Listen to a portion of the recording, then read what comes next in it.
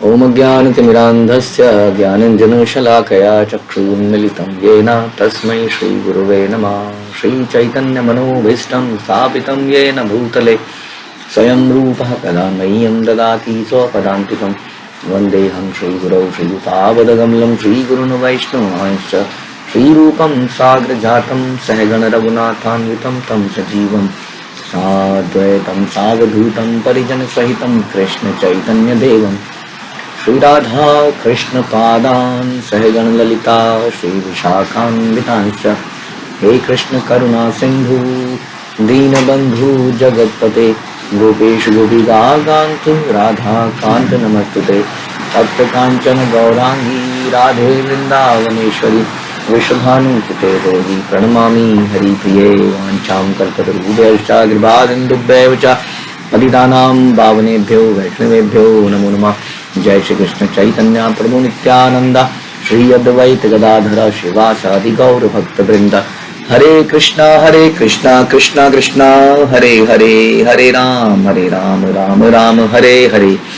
नमो विष्णुपादाय कृष्ण प्रेष्ठाय भूतले श्रीमते भक्ति वेदांत स्वामिन् इति नामिने।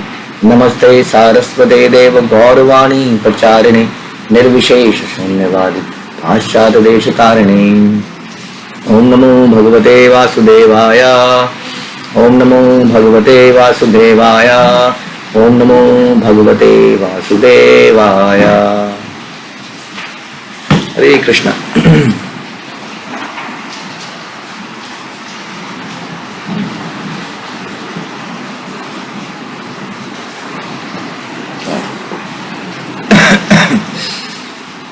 हम कर रहे हैं श्रीमद् भागवतम कैंटो चौथा 26वां अध्याय।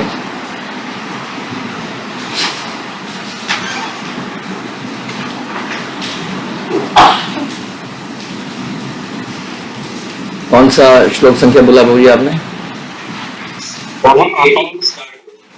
18 ओके ओके 18।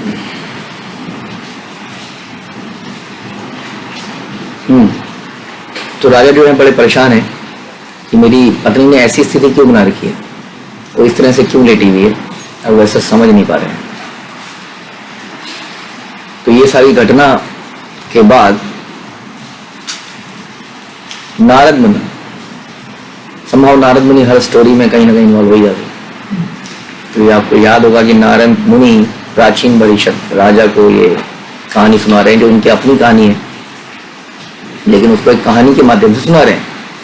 क्योंकि कई बार आदमी को, जैसे हमने गीता में सुना, किसी को विचलित नहीं करना चाहिए, उसको उसी की कहानी का रेफरेंस दिया जाए तो वो विचलित हो जाता है। अच्छा ऐसा थोड़ी है, मेरे को ऐसा बोल रहे हैं, अब किसी और की कहानी के थ्रू बोल रहे हैं तो उसको अपना भी रियलाइज हो रहा है। और इसी तरह से हम लोग भी, इतने सारे लोग बैठे हुए सुन रहे हैं, हम लोग भी इसको अपनी कहानी मानना चाहिए, इज माई स्टोरी।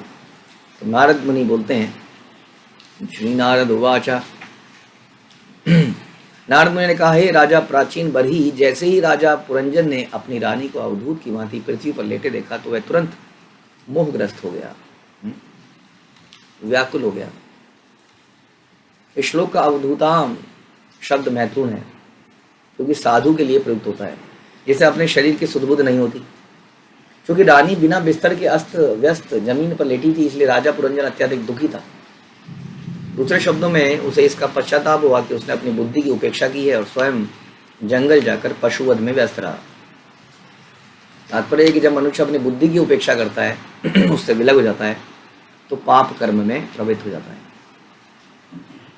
अपनी सद्बुद्धि या कृष्ण चेतना की उपेक्षा के कारण वह मोहग्रस्त होता है और पाप कर्मों में लग जाता है। जब इसका एहसास होता है तो पश्चाताप करता है। ऐसा पश्चाताप का वर्णन नरोत्तम दास ठाकुर ने किया है कि मनुष्य जन्म पाइया राधा कृष्ण ना भिजिया, जानिया सुनिया विष खाई, हरी हरी विफले जन्म गुआई। तो कहते हैं कि मुझे अपना मनुष्य जन्म बर्बाद करने तथा जानबूझकर विष पीने का पछतावा है। कृष्ण भक्त ना बनकर मनुष्य जानबूझकर भौतिक जीवन का विषपान करता है। सारांश यह है कि अपनी सती साध्वी पत्नी के अभाव में, या यह कहें कि जब वह बुद्धि खो देता है और कृष्ण भक्ति नहीं करता तो मनुष्य निश्चित रूप से पाप कर्म में प्रवृत्त हो जाता है। तो राजा पुरंजन ने अपनी रानी को इस प्रकार देखा तो उसको रियलाइज़ हुआ कि कुछ गलती हो गई है। हालांकि प्रभुपाद ने इसको बड़ा डिफरेंट तरीके से हमें प्रेजेंट किया है। श्लोक का मीनिंग एक ये निकलता है कि किस प्रकार से हम मोहग्रस्त हो जाते हैं जब किसी फिजिकल पेन में देखते हैं अपने बच्चों को या अपनों को। और सबसे बड़ा पेन है कि हम इस संसार में पैदा हैं, इस संसार में शरीर को प्राप्त हैं, सबसे बड़ा पेन ये है। तो इससे पेन होना चाहिए एक्चुअली में हर माता पिता को, हर संबंधी को, हर सीनियर को, कि ये जो है मेरे सरेंडर है, मेरे संरक्षण में है और इस शरीर के अंदर अभी भी हैं और जिस तरह से काम कर रहे हैं ऐसा लगता है कि शरीर में ही बने रहेंगे जन्म जन्मांतर तक। और क्योंकि शरीर में बने रहेंगे इसलिए इनके जीवन में अपार दुख आएंगे जिसको कोई बचा नहीं सकता उन दुखों से। आप सभी जानते हैं, हम सभी जानते हैं हमारे जीवन कैसा चल रहा है इतने सालों से। तो ये दुख हमारे जीवन में आएंगे तो हमें इसकी कभी चिंता नहीं होती। हम चिंता करने लगते हैं कि यदि कोई बहुत ज़्यादा बीमार हो जाता है, हमारा बच्चा, या ऐसा कुछ हो जाता है। हम अक्सर कहते हैं कि यदि कोई बच्चा कभी भगवान की भक्ति में नहीं लगता है तो इतना टेंशन नहीं होती है, लेकिन यदि अगर उसको कोई शारीरिक समस्या हो जाए तो बहुत टेंशन हो जाती है।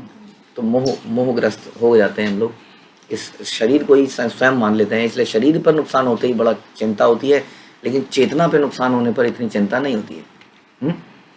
और प्रभुपाद ये भी बता रहे हैं कि किस प्रकार से राजा ने जब अपनी पत्नी को छोड़ा और इंद्रिय तृप्ति में लग गया, हालांकि पत्नी को भी इंद्रिय तृप्ति कर रहा था, उसके अलावा वो जंगल में गया तो उसने क्या कर दिया, कम से कम पत्नी के साथ सुरक्षित तो था। यहाँ ये बताने का प्रयास किया जा रहा है कि कोई आपकी धार्मिक पत्नी है धर्म के अनुसार और आपके उसके साथ धार्मिक व्यवहार कर रहे हैं और धार्मिक रेस्ट्रिक्टेड रेगुलेटेड इंद्रिय तृप्ति कर रहे हैं। हाँ, जो हमें प्रभुपाद ने बताया रेगुलेटेड इंद्रिय तृप्ति। और केवल रेगुलेटेड इंद्रिय तृप्ति से होता क्या है, रेगुलेटेड इंद्रिय तृप्ति करने से धीरे धीरे आदमी शुद्ध होता जाता है और वो इंद्रिय तृप्ति भी धीरे धीरे छोड़ देता है। प्रारंभ में रेगुलेटेड इंद्रिय तृप्ति करता है, जैसे कि हम लोग प्रारंभ में खूब व्यंजन खाते हैं लेकिन भोग लगाते हैं, पति पत्नी संबंध बनाते हैं लेकिन कृष्ण की प्रसन्नता के लिए बनाते हैं।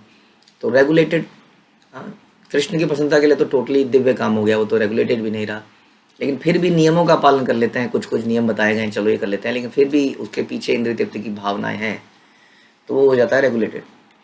तो इस प्रकार से वो अपनी पत्नी के साथ कम से कम वो तो कर रहा था, कुछ मात्रा में तो कर रहा था, लेकिन जब वो चला गया वहाँ से तो कोई रेस्ट्रिक्शन ही नहीं रही और उसने पशु वध वगैरह कर दिए। तो इस प्रकार से प्रभुपाद बता रहे हैं कि यदि हम अपनी बुद्धि को छोड़ देते हैं, हाँ, तो हम इसी तरह के पाप कर्मों में लग जाते हैं, ऐसा बताया।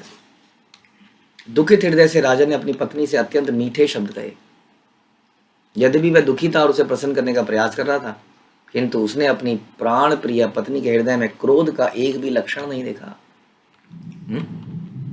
राजा को अत्यंत दुख हुआ कि अपनी पत्नी को छोड़कर अब उसको पछतावा हो रहा है कि क्यों गया वो जंगल में शिकार करने के लिए पत्नी को छोड़कर।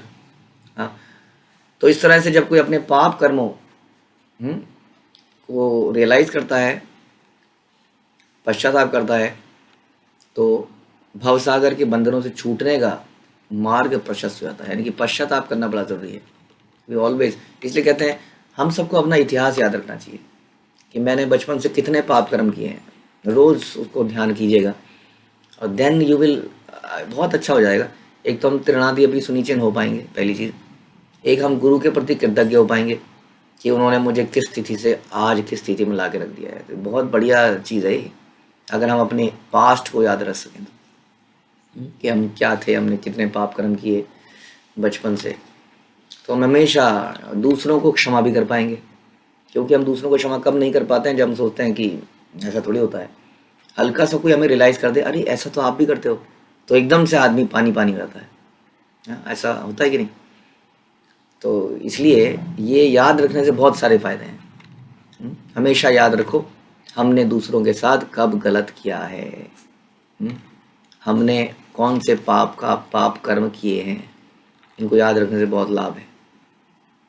तो इससे क्या होता है, इससे छुटकारा, भवबंधन से छुटकारा पाने का मार्ग प्रशस्त हो जाता है।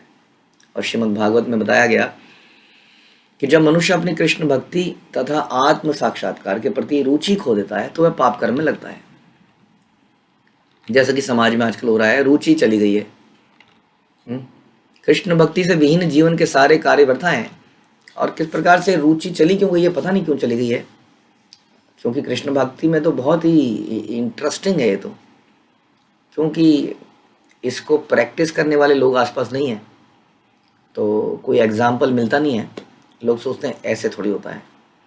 ठीक है, मत्था ही तो टेका जाता है, मंदिर मतलब मत्था टेकना, कभी कभी चले जाना, ऐसा थोड़ी होता है पूरा दिन उसी में लगे रहना सवेरे से शाम तक। तो ऐसे एग्जाम्पल जब लोगों को नहीं दिखते हैं तो वो इस प्रकार के जीवन को जीते नहीं है।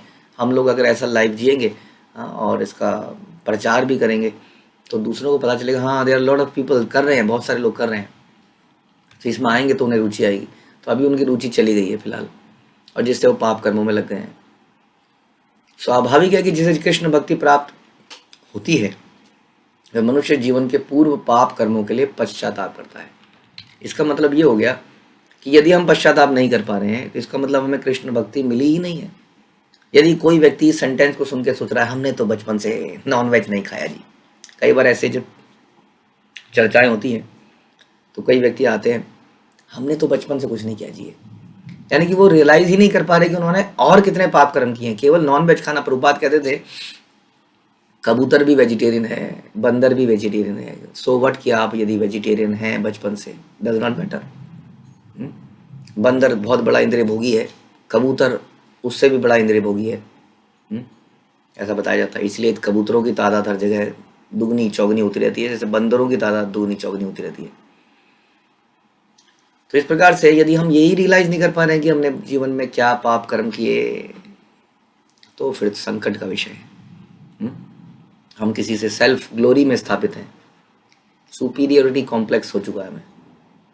हम पहली बात तो यही नहीं रियलाइज कर पा रहे कि ये जो शरीर है ये कैदी की ड्रेस है। कैदी को ड्रेस इसीलिए बनाई जाती है उसको रोज रियलाइज हुए मैं कैदी हूँ।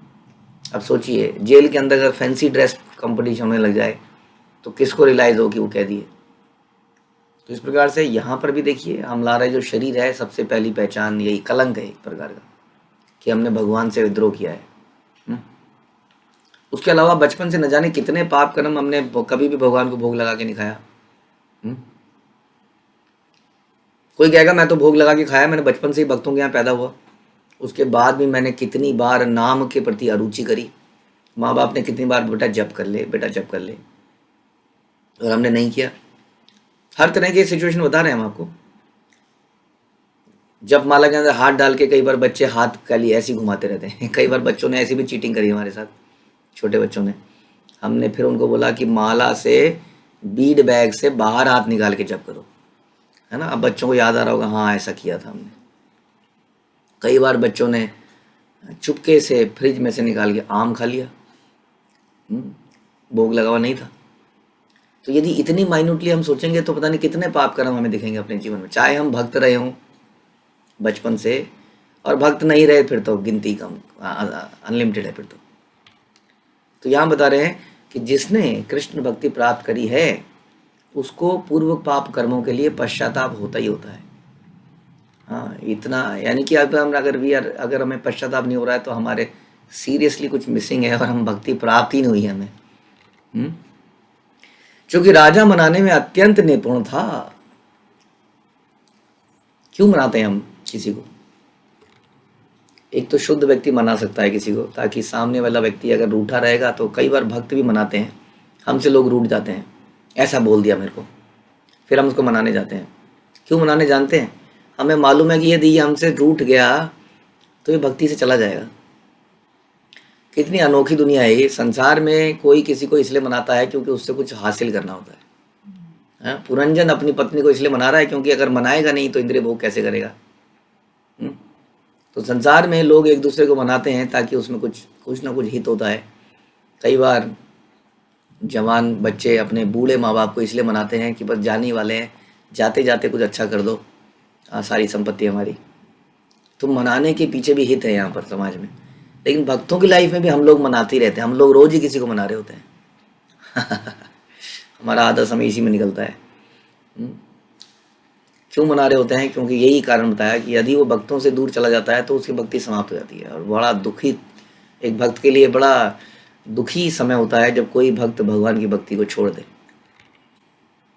तो ये दोनों संसार में बहुत फर्क है। यहाँ पे राजा मनाने में बड़ा निपुण था, क्योंकि भोग करने में निपुण था। अतः उसने रानी को धीरे धीरे मनाना प्रारंभ किया। पहले उसने उसके दोनों पांव छुए। हरि बोल। जिसने कभी भगवान के पांव तो नहीं छुए होंगे लेकिन उसने अपने पत्नी के पांव छुए। क्यों छुए? अगेन कैसे इंसान पागल हो जाता है, ये देखते हैं। ये लाइव एग्जांपल ऑफ पुरंजन। ऐसी स्टोरी ऐसे ग्रंथों में मिल सकती है। उसने उनके दोनों पांव छुए, फिर उसका आलिंगन किया और अपनी गोद में बिठाकर इस प्रकार कहना प्रारंभ किया। मनुष्य को अपने पूर्व कर्मों के लिए पश्चाताप करके अपनी कृष्ण भक्ति जागृत करनी होती है। जिस प्रकार राजा पुरंजन ने अपनी पत्नी को मनाना प्रारंभ किया, उसी प्रकार जानबूझकर मनुष्य को कृष्ण भक्ति के पद तक पहुंचाने का प्रयत्न करना चाहिए। हाँ, प्रभुपाद भी कह रहे हैं कि उसको जानबूझकर किसी तरह से कृष्ण भक्ति के पद पे लाओ, चाहे उसके लिए उसको मनाना पड़े, कुछ भी करना पड़े। नित्यानंद प्रभु जमीन पे लौटते थे और हम सुनते हैं उनके गीत में, ऐसा लगता है कि मानो सफेद पहाड़ जमीन पे लौट रहा है। नित्यानंद प्रभु एकदम स्वर्ण गोरे रंग के, और वो जमीन पे लेटते थे। एक बार जप लो ना, जप लो ना, जप लो ना, एक बार तुम्हारे बर्तन मार दूंगा, तुम्हारे कपड़े समेट दूंगा, तुम्हारी सारी प्रॉब्लम सॉल्व कर दूंगा। पैसा चाहिए, पैसा भी। तो हम देखते हैं हमारे गुरु भी इसी प्रकार से करते हैं। कहते क्या चाहिए तुम्हें? अच्छा, तुम्हें बर्तन वाली की प्रॉब्लम है, तुम्हें खाने वाली की प्रॉब्लम है। वो अक्सर हमारे जीवन के इतने छोटे छोटे कामों में घुस जाते हैं जहां उनको घुसने की आवश्यकता नहीं है। वास्तव में इतने छोटी छोटी चीज़ों में घुस जाते हैं जस्ट सो दैट कि हम लोग आराम से भक्ति कर सकें, और फिर भी हम कृतज्ञ हो जाते हैं। तो यहाँ पर प्रभुपाद बता रहे हैं कि किसी तरह से उसको कृष्ण भक्ति के पद पर लाओ। ऐसा करने के लिए गुरु के पाद पद्मों का स्पर्श करना चाहिए। और जब व्यक्ति को रियलाइज होता है तब उसके अंदर ऐसी भावनाएं आती हैं कि गुरु के पाद पद्मों का स्पर्श करें, ना कि पत्नी के पाद पद्मों का। स्वतः प्रयास से कृष्ण भक्ति प्राप्त नहीं होती है। अतः मनुष्य को चाहिए कि स्वरूप सिद्ध कृष्ण भक्त के पास पहुंचकर उसके चरण कमलों का स्पर्श करे। ऐसी भावना बनी गई है आजकल कि स्वतः प्रयास से कृष्ण भक्ति मिल जाएगी। कई लोग ऐसे हैं जिन्होंने, हम बताते हैं कि YouTube को गुरु बना लिया है, ISKCON डिजायर ट्री को गुरु बना लिया है, because everything is available there. तो यहाँ पर प्रभुपाद तो नहीं बोल रहे हैं ऐसा। वो कह रहे हैं कि उसे किसी स्वरूप सिद्ध कृष्ण भक्त के पास पहुंचकर उसके चरण कमलों का स्पर्श करना चाहिए। इसलिए प्रहलाद महाराज कहते हैं कि जब तक मनुष्य ऐसे व्यक्ति के चरण कमल की धूल को अपने मस्तक पर धारण नहीं करता, जो महात्मा है, जो भक्त है, तब तक उसका कृष्ण भक्ति के द्वार तक प्रवेश नहीं होता। 7वें कैंटो में बताते हैं प्रहलाद महाराज, जब तक किसी भक्त के चरण कमल की धूली को अपने मस्तक पर नहीं धारण करता। और इस चक्कर में कई लोग क्या करते हैं, बातें तो मानते नहीं है लेकिन धूली धारण करते रहते हैं इधर उधर हर जगह से। इस प्रकार से तो भक्त के चरण धूली पे अपराध कर देते हैं। भक्त की बात नहीं मानते हैं और चरण कमल की धूली धारण करने के लिए उतारू रहते हैं। तो ये तो दिखावा हो गया। जो धूली धारण करता है उसका भाव कैसा होना चाहिए? फिर वो तो अपने आप को सर्वेंट मानना चाहिए। तो यहाँ पर भी हमें वही है, क्विक फिक्स चाहिए, quick discounted price, discounted material चाहिए, जल्दी से मिल जाए। हाँ ठीक है, सर पे लगाओ। इस तरह से एक जन नेचुरल भाव बन गया। उसी तरह से हम लोग भक्त का झूठा खाने को तैयार हैं, लेकिन भक्तों के प्रति सरेंडर्ड नहीं है, लेकिन झूठा खाने को तैयार है। तो वही बताया जा रहा है यहाँ पर कि जब तक ऐसा नहीं कर लेता, एटलीस्ट वो शरणागति नहीं कर लेता, उनके चरणों की धूल अपने सर पे नहीं लगाता, तब तक वो भक्ति के द्वार में प्रवेश भी नहीं कर सकता। यह आत्म समर्पण का शुभ आरंभ है ये। क्या कि surrender to a devotee of Krishna. भगवान कृष्ण चाहते हैं कि प्रत्येक व्यक्ति उनकी शरण में आए, और यह आत्मसमर्पण का कार्य तब शुरू होता है जब मनुष्य प्रमाणिक गुरु के चरण स्पर्श करता है। ध्यान रखिए, प्रभुपाद का तात्पर्य यही है। चरण स्पर्श का मतलब केवल चरण स्पर्श नहीं है, उसका मतलब है शरणागति, क्योंकि यहाँ पे आत्मसमर्पण की बात हो रही है। खाली चरण स्पर्श करना एक रिचुअल की तरह वो इनफ नहीं है।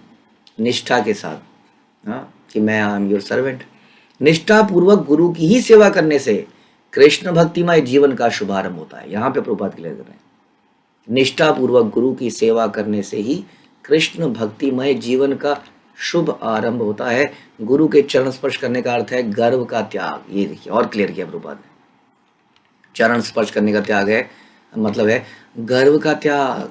भौतिक जगत में अपने पद पर व्यर्थ ना फूलना। लेकिन हमारे रोज ही किसी से झगड़े हो जाते हैं, किसी के प्रति दोष आ जाता है। क्यों? सिंपल कारण है, क्योंकि हमें गर्व है अपने सही होने का।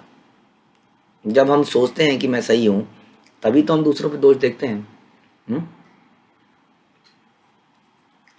एक कैदी है जिसने 10 मर्डर कर रखे हों, क्या वो किसी को बोलेगा देखो कितना गंदा आदमी है, चोरी करता हुआ पाया गया? बोल सकता है वो? उससे बोला जाएगा? तो 10 मर्डर करके आया, क्या वो बोल पाएगा? सोचिए, बोल ही नहीं पाएगा वो। उसे पता है कि मैं इतना बड़ा दुष्ट तो मैं हूँ, इसने तो सिर्फ चोरी करी है। क्योंकि हम समझते हैं कि मैंने तो आज तक, जैसे मैं बोल रहा था, आज तक मैंने छुआ नहीं है प्रभु जी किसी चीज़ को, आज तक मुर्गा देखा भी नहीं है। जब किसी कारण से, किसी भी कारण से, कि अब हम दीक्षित हैं एक कारण, हम इतने पुराने डिवोटी हैं दूसरा कारण, मैं सवेरे रोज़ जल्दी उठता हूँ, इतने सारे लोगों में केवल 25 लोग ही हैं जो जल्दी उठते हैं, उनमें से एक मैं हूँ, ये कारण हो सकता है। अनेक कारण हो सकते हैं। मैंने नौकरी छोड़ दी, एक कारण हो सकता है। बहुत कारण हो सकते हैं। जब आदमी गर्वान्वित हो जाता है तो वो दूसरों में दोष दर्शन करने लगता है, होते ही इसलिए। लेकिन अभी यहाँ प्रभुपाद बता रहे हैं we should always be in the mood of पश्चाताप। वो कैसे होगा? जब मैं ये याद रखूंगा कि मैंने क्या गलत किया है। हमें क्या याद रखता जाता है कि मैंने क्या सही किया है। तो यहाँ प्रभुपाद बता रहे हैं कि चरण स्पर्श का अर्थ है गर्व का त्याग। कैसे पता चलेगा आपने गर्व त्याग दिया? क्योंकि मैं टॉयलेट साफ करता हूँ प्रभु जी, हाँ, श्रीवास आंगन में या कहीं पर जाकर, क्योंकि मैं कहीं पर भी झाड़ू मारने को तैयार नहीं। ये तो बड़ी सटल चीज़ है, ये चीज़ें तो आसान है, ये फिर भी आसान है। आम आदमी के लिए मुश्किल है ये करना, लेकिन भक्तों के लिए कोई बड़ी बात नहीं है टॉयलेट साफ करना।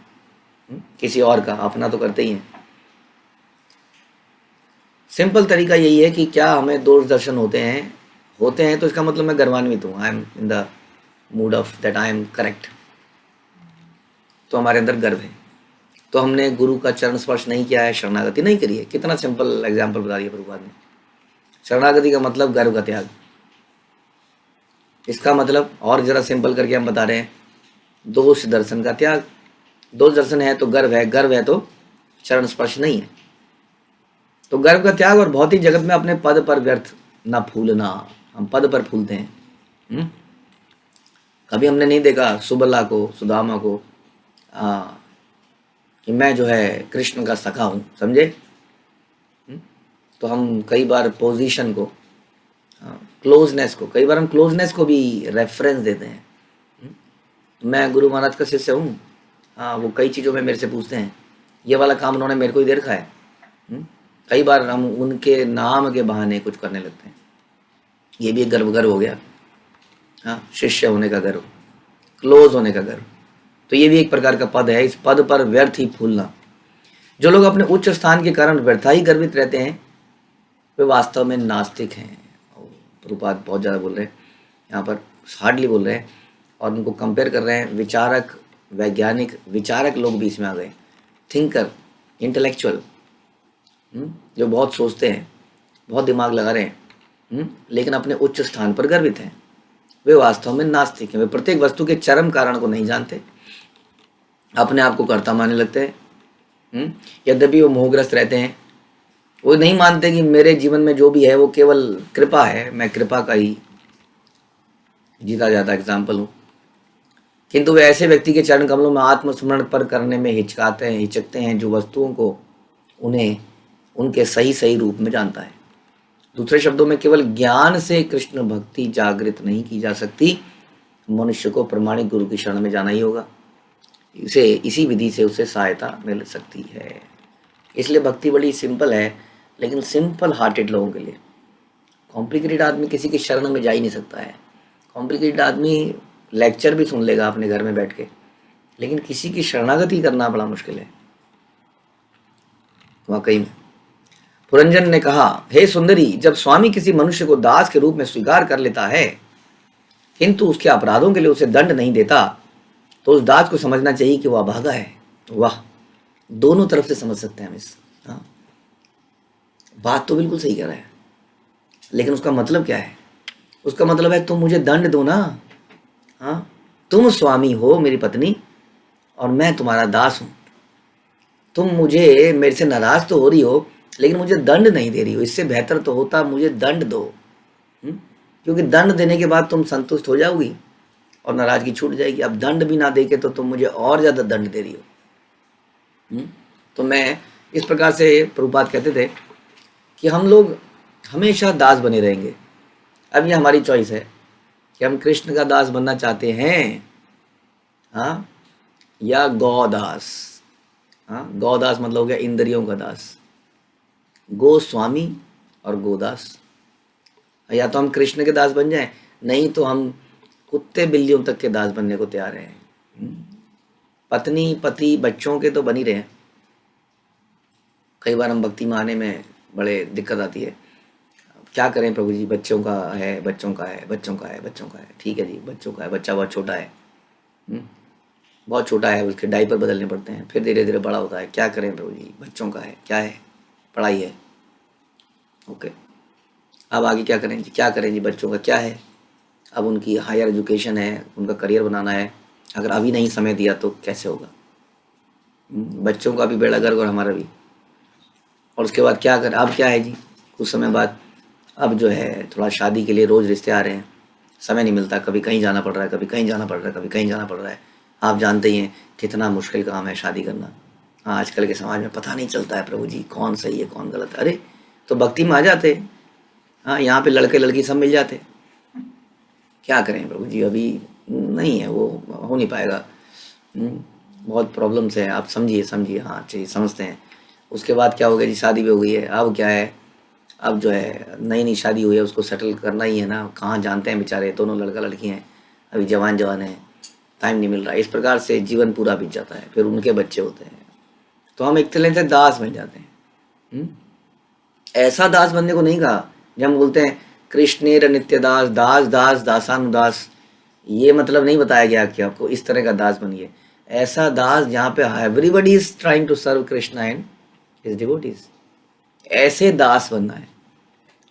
ऐसा नहीं दास जो माया का दास बन जाए, माया दास। तो यहाँ पर पुरंजन माया दास बन चुका है पुरंजनी के लिए दास बन चुका है। लेकिन इसको दूसरे तरीके से समझें एक भक्त के लिए हमारे जीवन में, कि यदि हमारे गुरु हमें दंड नहीं दे पा रहे हैं तो हम अभागे हैं ये बता रहे हैं यहाँ पर। यदि हमें डांट नहीं पा रहे हैं, यदि हमें टोक नहीं पा रहे हैं, तो हम वास्तव में अभागे हैं। क्योंकि कैसे हमें पता चलेगा? लेकिन इसमें हमारा ही दोष है। क्यों नहीं डांट रहे हैं? क्योंकि हमने ऐसा अधिकार नहीं दिया। हम थोड़ा बच के रहते हैं, दूर दूर रहते हैं, कहीं ज़्यादा पास जाएंगे तो कुछ करने को बोल देंगे, इत्यादि कई चीज़ें होती हैं। तो इस प्रकार से वो अभागा व्यक्ति है जो ऐसा अधिकार नहीं देता। हमने देखा कि अद्वैत आचार्य को चैतन्य महाप्रभु ने मुक्कों से जबरदस्त दाढ़ी खींच के नीचे पटका और खूब मारा, धम धम। उनकी पत्नी सीता ठाकुरानी कहते मर जाएगा, बूढ़ा मर जाएगा, मत मार। और चैतन्य महाप्रभु क्या लंबे चौड़े, सोचिए जब वो मारा होगा तो क्या हालत हुई होगी। और अद्वैत आचार्य बड़े प्रसन्न हुए उस दिन कि आज आपकी ये शेखी चली गई कि मैं दास हूँ। चैतन्य महाप्रभु कहते थे कि मैं दास हूँ आपका। बोला अब दिखाओ दुनिया को कैसे बोलोगे, मुक्के मारने वाला दास बोलोगे? अब जाके आप जब बाहर दुनिया में बोलोगे कि मैं अद्वैत का दास हूँ तो कैसे बोलोगे? अब आपको अब आप साबित हो गया है कि अद्वैत आपका दास। तो भक्त लोग इस प्रकार प्रसन्न होते हैं। वैदिक सभ्यता के अनुसार घरेलू पशुओं तथा दासों के साथ अपने पुत्र के तुल्य व्यवहार करना चाहिए। कभी कभी घरेलू पशु तथा बालक किसी बदले की भावना से नहीं अपितु प्यारवश दंडित किए जाते हैं। इसी तरह कभी कभी स्वामी अपने दास को रास्ते पे लाने के लिए किसी बदले की भावना से नहीं, हाँ, प्यारवश दंड देता है। इस प्रकार राजा पुरंजन ने अपनी पत्नी द्वारा दिए गए दंड को अपने ऊपर लिया, ऊपर किया गया अनुग्रह समझा। उसने अपनी रानी को आज्ञाकारी रानी उसने अपने को रानी का आज्ञाकारी सेवक माना। वह उस पाप कर्म करने, क्या पाप कर्म किया था कि तुम्हें छोड़कर कहीं और एंजॉय करने चला गया। दैट इज द पाप हेयर। राजा पुरंजन ने इस दंड को अपनी पत्नी के वास्तविक प्यार के रूप में ग्रहण किया। इसी प्रकार जब मनुष्य को ईश्वर की इच्छा से प्रकृति के नियमों द्वारा दंडित होना पड़ता है तो विचलित नहीं होता, वास्तविक भक्त इसी प्रकार सोचता है। सोचिए, जब हम माया के प्रति इतना आसक्त हो जाते हैं, कई बार हमारे बच्चे हमें मारते हैं, हमने देखा, और फिर भी हम उनकी आसक्ति नहीं त्याग पाते। ऐसा होता है कि नहीं? बच्चे बड़ी बदतमीजी कर जाते हैं कई बार, और फिर भी हम बच्चों से आसक्त रहते ही हैं। लेकिन कोई वरिष्ठ भक्त अगर हमें कुछ बोल देता है तो हम तिन मिला जाते हैं एकदम से, ऐसा कैसे कह दिया। हाँ, तो ये दिखाता है कि हम रियली में अटैच हमें कहाँ होना चाहिए और कहाँ पर अटैच है। तो यही प्रभुपाद यहाँ बता रहे हैं कि भक्त इस प्रकार सोचता है, विचलित नहीं होता। जब प्रकृति से भी दंड मिलता है, भगवान ने मेरे साथ ऐसा क्यों किया। हाँ, Krishna is also just like our parents, जो कभी थप्पड़ मार सकते हैं हमारे ही फायदे के लिए। क्या हम पेरेंट्स को बदले में थप्पड़ मार देते हैं? उसी प्रकार से कृष्ण का थप्पड़ भी प्रकृति के दंड के रूप में आता है। भक्त उससे विचलित नहीं होता। वास्तविक भक्त इसी तरह सोचता है कि जब किसी भक्त किसी विषम स्थिति में है तो ईश्वर का अनुग्रह है। तत्ते अनुकंपा सुसमीक्षित माणो भुंजान एवात्म कृत विपाकम। इस श्लोक से ये पता चलता है कि भक्त जीवन की पराजयों को, फेल्यूर्स को भगवान के वरदान के रूप में लेता है, और यह सोचकर भगवान को अधिक नमस्कार करता है कि उसके पूर्व दुष्ट कर्मों का यह हल्का दंड मिल रहा है। यदि हमारे जीवन में कभी निराशा हाथ में आती है, विफलता हाथ में आती है, तो उसको भी वो यही सोचता है कि इट इज कृष्णास प्लानिंग। लेकिन इसका मतलब ही नहीं कि वो, मतलब कहीं आप कोई प्रोजेक्ट कर रहे हैं, कुछ काम कर रहे हैं और कुछ फेल हो जाए तो it is all Krishna's planning. प्रभु ये कैसे फेल हो गया प्रभु जी? It is all Krishna's planning. Janmashtami उत्सव पूरा फ्लॉप हो गया। प्रभु जी जन्माष्टमी थी, कृष्ण ही कंट्रोलर थे, हाँ, उन्होंने प्रोग्राम वेस्ट कर दिया, बेकार कर दिया। तो ऐसा नहीं कहा जा रहा है। यानी कि पूरा प्रयास करता है, हाँ, क्या कहते हैं उसको, give your 100%, do your best and leave the rest on Krishna. तो अपना बेस्ट देने के बाद जो रिजल्ट आता है उसको भगवान पे छोड़ देता है। तो इस प्रकार से वो हर चीज़ को भगवान का अनुग्रह मानता है। ये सोचता है कि ये तो हल्का दंड मिला है, यदि कोई त्रुटि करे तो सरकार या ईश्वर द्वारा प्रदत्त दंड वास्तव में कल्याणकारी होता है। मनु संहिता में कहा गया, जब राजा किसी हत्यारे को मृत्यु दंड देता है तो यह दया समझना चाहिए, क्योंकि हत्यारा इसी जीवन में कुछ फल प्राप्त करता है तो दूसरे जीवन में उसको भयंकर पाप कर्म का फल भोगना नहीं पड़ता। तो यदि कोई स्वामी द्वारा दिए गए दंड को पुरस्कार मानता है तो फिर कभी उस दुष्कर्म को नहीं करता। उसको हमेशा याद रहता है ये दंड मिला था। तो इसलिए दंड कई बार जरूरी है। हे तनवंगी, जब कोई स्वामी अपने सेवक को दंड देता है तो उसे परम अनुग्रह समझकर स्वीकार कर लेना चाहिए। जो क्रुद्ध होता है वह अत्यंत मूर्ख है, नहीं जानता है कि ऐसा करना तो उसके मित्र का कर्तव्य है। दंड देना तो मित्र का हमारा कर्तव्य है। तो वो कह रहा है कि तुम दंड दोगे तो मुझे बिल्कुल बुरा नहीं लगेगा, क्योंकि I know you are my शुभ चिंतक, मुझे आनंद देने वाली तो तुम ही हो, इसलिए तुम दंड दे सकती हो। कहा गया था है कि मूर्ख को अच्छी बात भी बताई जाए तो उसे मानता नहीं है, उल्टे गुस्सा कर देता है। ऐसे क्रोध की उपमा सर्प विष से दी जाती है, क्योंकि सांप को जब दूध और केला खिलाया जाता है तो इससे उसका विष बढ़ता है। अच्छी वस्तुएं खिलाए जाने पर सांप अपना विष और बढ़ाता है। इस प्रकार मूर्ख को उपदेश देने पर वह अपने को सुधारने के बजाय उल्टे क्रोध होता है। हाँ, इसलिए अपनी संप्रदाय में भी हमें कभी एनवियस लोगों को नहीं रखना चाहिए, क्योंकि एनवियस पर्सन इज लाइक सर्प। उसको दूध पिलाएंगे तो और ज़्यादा तगड़ा होगा, अब जम के मारेगा किसी दिन। एनवियस आदमी हमेशा, जिसके अंदर हमेशा ईर्ष्या रहती है, द्वेष रहता है, उस व्यक्ति को बहुत ज़्यादा पोषण देना ठीक नहीं है, उसको सीनियर पोजीशंस पे रखना ठीक नहीं है। उसको ऐसी पोजीशंस पे जहाँ पर वो पावर उसकी बढ़े, इट्स नॉट गुड। इससे बेहतर है कि उसको थोड़ा डिस्टेंस पे रखा जाए, उसको ज़्यादा पोषण ना किया जाए, क्योंकि ऐसा व्यक्ति हमेशा काट खाएगा। ध्यान रखिए, जहाँ भी कहीं ऐसा व्यक्ति मिले हमें उसको ज़्यादा प्रोत्साहन देने की आवश्यकता नहीं है। और सेवाओं में मतलब इतना कि उसको पावर ना मिले, काइंड ऑफ दिस। ऐसा करिए, कुछ कीजिए कि वो भक्ति में लगा रहा है, सेवा में लगा रहा है, लेकिन he does not have lot of power. इसका हमेशा ध्यान रखना चाहिए, ठीक है। तो यही बताया गया यहाँ पर, हे प्रिय, तुम अत्यंत सुंदर दांतों वाली हो, तुम अपने आकर्षक अंगों के कारण अत्यंत मनस्वी लगती हो। तुम अपना क्रोध त्याग कर मुझ पर कृपा करो, अत्यंत प्यार से तनिक मुस्कुराओ। जब मैं तुम्हारे सुंदर मुखमंडल की मुस्कान, तुम्हारे नीले रंग वाले बाल एवं तुम्हारी उन्नत नासिका को देखता हूँ तो तुम्हारे मीठे वचनों को सुनता हूँ तो तुम मुझे और भी सुंदर लगती हो और अपनी ओर आकृष्ट करती प्रतीत होती हो। तुम मेरी अत्यंत आदरणीय स्वामिनी हो। परफेक्ट एग्जाम्पल कि व्यक्ति कैसे इंद्रियों का दास बन जाता है। ध्यान रखिए, इंद्रियां हमेशा हमारे कंट्रोल में होनी चाहिए, मन हमारे कंट्रोल में होना चाहिए। ऐसा ना हो कि मन हमें कंट्रोल करने लग जाए, तो ऐसी स्थिति हो जाती है जहाँ से यहाँ पर पुरंजन की हो रही है। We should always under control and surrender to our guru, that is okay. But अपनी इंद्रियों को कंट्रोल करना हमारी जिम्मेदारी है। जरा सा भी भटकने का कोई स्कोप नहीं होना चाहिए, नहीं तो वो हमारी स्वामिनी बन जाती है, हमारी इंद्रियां ही हमारी स्वामिनी बन जाती हैं और फिर वो जहाँ जहाँ हमें लेके जाती हैं हमें वहीं वहीं जाना पड़ता है। जैसे अर्जुन कहता है कि मैं जानता हूँ ये गलत है, फिर भी मैं ये काम कर देता हूँ। ऐसा तब होता है जब हम गोदास बन जाते हैं। We don't want to do this sin, but फिर भी हम सिंफुल एक्टिविटीज़ कर जाते हैं। तो इसके लिए हमें तपस्या करनी चाहिए। तपस्या से बल मिलता है ना, तपोबल सुना है ना आपने, तपोबल। भक्ति का भी तपोबल है, जिसमें सबसे महत्वपूर्ण है प्रातः काल में जल्दी उठ के जप करना। यदि आप ऐसा नहीं करेंगे तो मैं आपको बता रहा हूँ कि आप इंद्रियों पे कभी कंट्रोल नहीं कर पाएंगे। प्रातः काल में अगर जल्दी उठने का मतलब होता है ब्रह्म मुहूर्त में। यदि हम ब्रह्म मुहूर्त में नामों का जप नहीं करते हैं तो कभी हम इंद्रियों पे संयम नहीं ला पाएंगे। यही तपोबल है।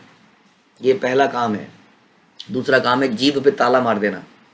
टोटल क्या खाना है क्या नहीं खाना है बड़ा विचार करके, किसके हाथ का खाना है किसका नहीं खाना है।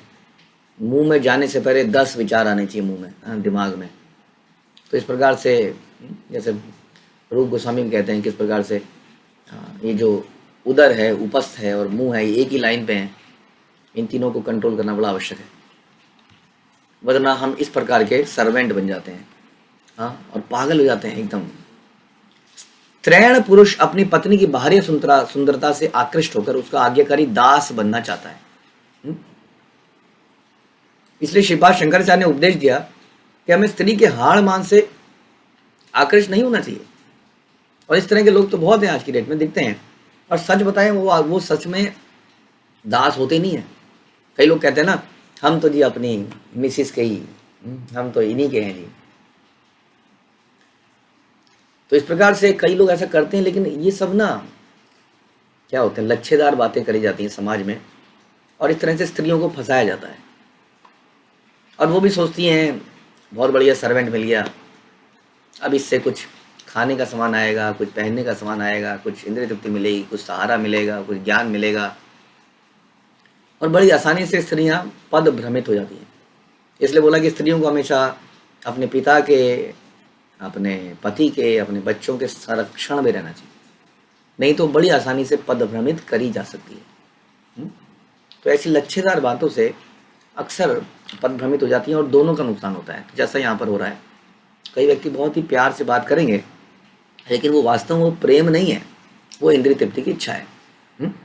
क्योंकि यदि किसी को प्रेम होता है तो उसको भक्ति में आगे बढ़ाने की बातें करता है, नहीं तो उसके इंद्रिय तृप्ति की आगे बातें करता है। और हम उसको प्रेम समझते हैं, हम आलिंगन को प्रेम समझते हैं। कितना अच्छा व्यक्ति है, आलिंगन करता है। तो इस प्रकार को इसको हम प्रेम समझते हैं।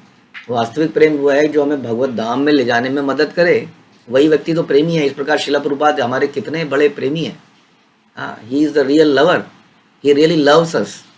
एवरी दैट पर्सन जो हमें भक्ति भगवान की तरफ ले जाए वो हमारा सच्चा है ना। He really loves us. Lover का मतलब आजकल कुछ और ही हो गया है। He is my lover, he is my boyfriend, he is my girlfriend. तो ये जो फ्रेंडशिप है ये यूजलेस है, क्योंकि ये संसार में इटरनली हमें बांध रही है और हम उसको अपना सच्चा मित्र मान लेते हैं, लवर मान लेते हैं। तो हमें कभी स्त्री के हाड़ मान से आकृष्ट नहीं होना चाहिए। संबंध में कहानी कही जाती है कि एक बार एक मनुष्य किसी स्त्री की सुंदरता पर आसक्त हो गया और उसने उस स्त्री ने उसे अपनी सुंदरता के सारे अवयवों को दिखाने की योजना बनाई। तो उस एक स्त्री को प्रपोज करता है। आजकल प्रपोज करने के लिए तो आदमी बहुत दिमाग लगाता ही है, रोज किसी को प्रपोज करता ही है कि I want to be your friend, just friend, we are just friends. बोलते ना ऐसे, we are just friends, I want to be your friend, you want to be my friend. तो कहते हैं हाँ जी, ओके, नो प्रॉब्लम। कुछ कुछ gift साथ में आते हैं तो गिफ्ट देख के वैसे ही मन ललचा जाता है। थोड़ी लच्छेदार बातें कि पिताजी ने आज तक डांटा था, तू यहाँ नहीं जाएगी, तू यहाँ नहीं जाएगी, तू ये नहीं करेगी। अब जब अचानक से कोई इतने प्यार से बोलता है तो ओ, मुझे प्यार करने वाला आखिर मिल गया। हाँ, तो फ्रेंडशिप होती है फिर, और फिर फ्रेंडशिप आगे बढ़ती है। इस प्रकार से उसने भी उसको प्रपोज किया, और प्रपोज करने के बाद उसने बोला, क्या तुम मुझसे शादी करोगी, क्या तुम मेरी बनोगी। तो वो लड़की जो थी वो बड़ी धार्मिक लड़की थी, उसको समझ में आ गया ये व्यक्ति तो लस्टी है। तो उसने बड़ी समझदारी से काम लिया। उसने कहा, मैं ज़रूर तुम्हारी बनूंगी, लेकिन तुम्हें एक काम कीजिए, तुम एक हफ्ते बाद मंदिर की घटना है, मंदिर से आ रही थी। अक्सर जो मवाली लोग होते हैं वो मंदिरों के बाहर लड़कियों का ताके झाकी करते हैं। हनुमान मंदिर मंगलवार के दिन बाहर बहुत मुस्टंडे खड़े होंगे, क्योंकि लड़कियां शिव जी को जल चढ़ाने सोमवार को आएंगी, मंगलवार को हनुमान जी को आएंगी, तो वहाँ पर लाइन लगा के खड़े रहेंगे, कहेंगे ये शिव जी ने, हनुमान जी ने मुझे ही तुम्हें प्रसाद में दिया है, ये सुंदरी मुझे ग्रहण करो। तो इस प्रकार से सुंदरी कहे, तो ये वाली सुंदरी तो आई थिंक इस्कॉन की भक्त रही होगी।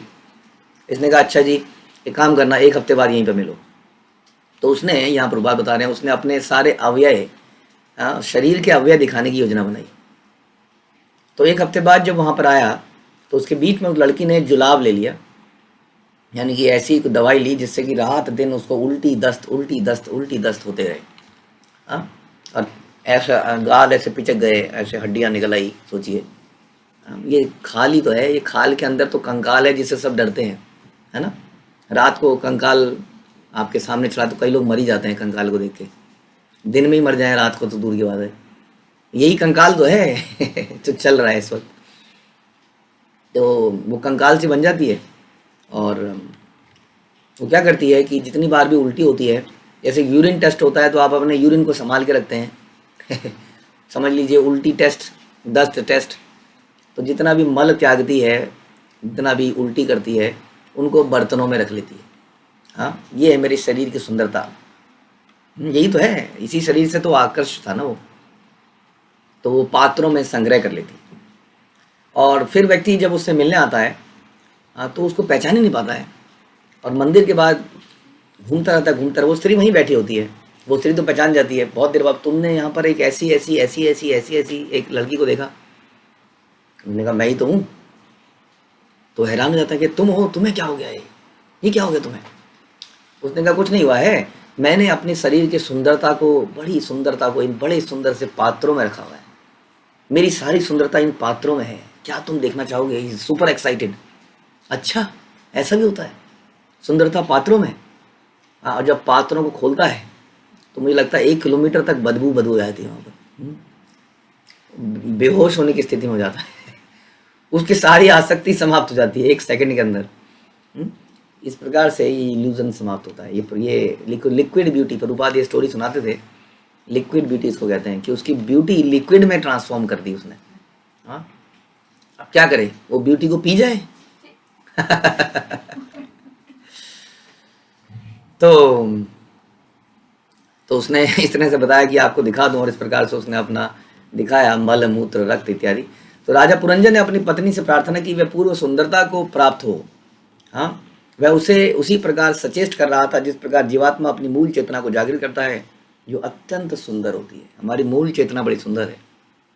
रानी के समस्त सुंदर अंगों की तुलना कृष्ण भक्ति के सुंदर स्वरूप से की जा सकती है।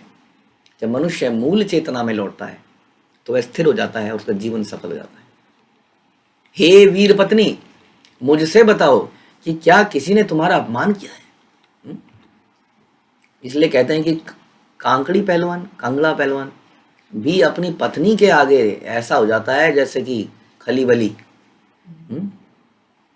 एकदम एक हड्डी का भी आदमी अपनी पत्नी के साथ चल रहा होगा, और कोई व्यक्ति कुछ नजर दिखा देगा, ओए तूने ऐसा कैसे कर दिया, ओए तुझे छोड़ूंगा नहीं, ओए, और वो पता लगा उसने थप्पड़ मारा और मर गया। लेकिन ऐसा वो हो जाता है।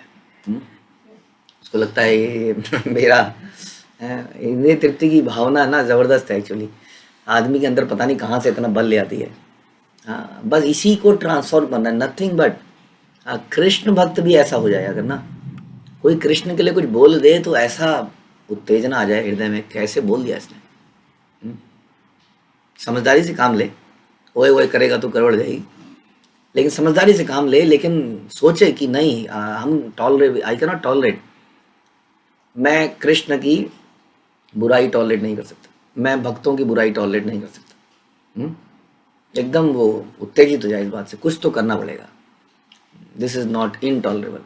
लेकिन व्यक्ति अक्सर इंद्रिय अपनी वस्तुओं के लिए, न केवल पत्नियों के लिए, पत्नी को छोड़ दीजिए, अपनी कार के लिए, अबे तूने कैसे टच कर दिया, क्या कर दिया तूने, अब देखा जाए तो अबे देख तो ले हुआ क्या है।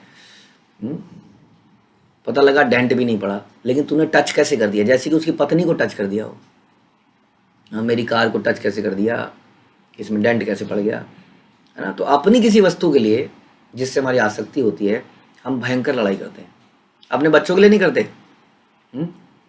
मेरे बच्चे को मार दिया, मेरे बच्चे को मार दिया, मार कैसे दिया, मार कैसे दिया, बाद में पता चला उसी की गलती थी या नहीं भी थी, तो उसके लिए इतना उत्तेजित होने की क्या जरूरत है।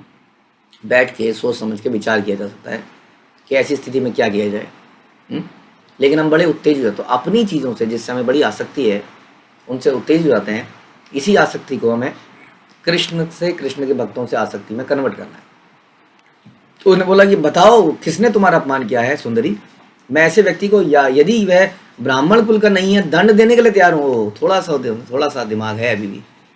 कहता है ब्राह्मण को दंड नहीं दूंगा क्योंकि मैं ही मारा जाऊंगा, तो ब्राह्मण नहीं है तो दंड देने को तैयार हूँ। ये तो इस तरह से हो गया कि किसने तुम्हें मारा है, और देखा कि बहुत पहलवान आदमी है तो अरे नहीं सर आप कर सकते हो। तो ऐसा हो गया।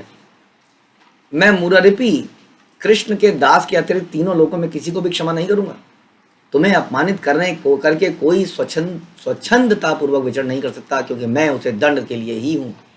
इतना इंद्रिय तृप्ति में लिप्त व्यक्ति भी ये जानता है कि कृष्ण के भक्त को दंडित नहीं किया जा सकता। हम लोग इतने शास्त्र पढ़ के रोज किसी कृष्ण भक्त को दंडित कर देते हैं, वचनों से, व्यवहार से। सोचिए, यानी कि हमारी स्थिति तो पुरंजन से भी गिरी हुई है। पुरंजन इतना भोग में लिप्त व्यक्ति भी पूरा अपनी पत्नी का दास है, फिर भी कह रहा है यदि कृष्ण भक्त नहीं है तो मारूंगा जी। पत्नी जी देख लो, अगर किसी कोई कृष्ण भक्त है तो मैं कुछ नहीं कर सकता, बाकियों को मैं दंड देने के लिए बिल्कुल तैयार हूँ। तो बहुत बड़ी सीख है हमारे लिए। हम रोज ही किसी कृष्ण भक्त को मन से, विचारों से दंडित करते रहते हैं, क्योंकि हमें कृष्ण से प्रेम थोड़ी है। वास्तव में हमें कृष्ण से प्रेम नहीं है। यदि कृष्ण से प्रेम होता तो हर बात में हमारे दिमाग में ये आता, चलो भक्त तो है, छोड़ दो, live it, is a devotee of Krishna, is chanting, कोई बात नहीं, डज नॉट मैटर। लेकिन आज कैसे मैटर नहीं है, ऐसे थोड़ी होता है कोई ऐसा कर जाए, आई विल नॉट टॉलरेट, ऐसे थोड़ी होता है। रोज रोज मेरे साथ अत्याचार नहीं सहेंगे, अत्याचार मुरादाबाद, मुर्दाबाद।